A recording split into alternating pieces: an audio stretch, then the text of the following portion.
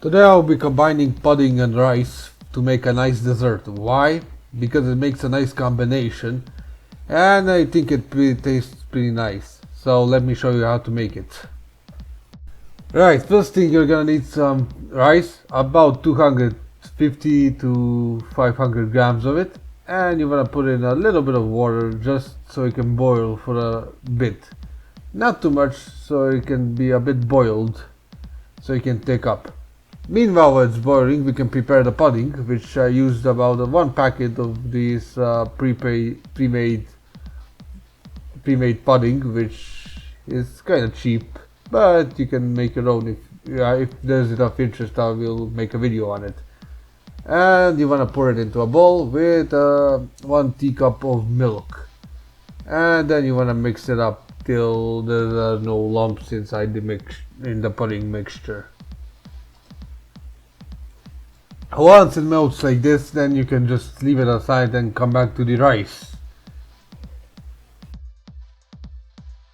which after it looks something like this, which already boiled up, you can add about a cup of milk.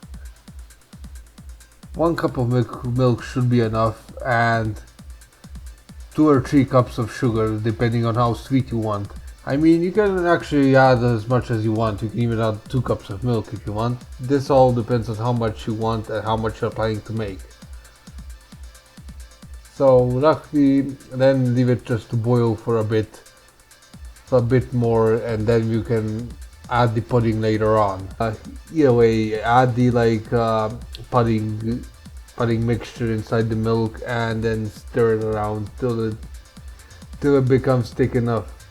You may occasionally look at it to see how it's doing and how it's boiling, but make sure it ends up thick as it could be.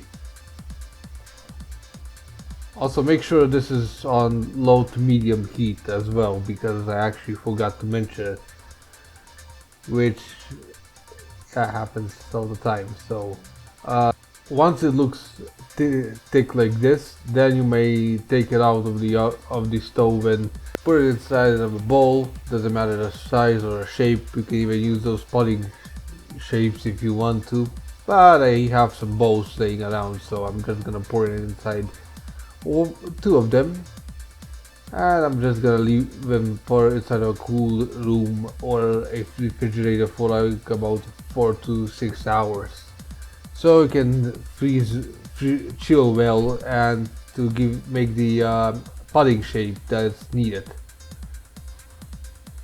After it has been chilled, then you may serve it inside of a dish or eat it straight from the bowl. You may decorate it however you want, however you like. And it's that simple to make, which doesn't take much time or doesn't take even that much ingredients to make. So it's a nice dessert either way, and I highly recommend it.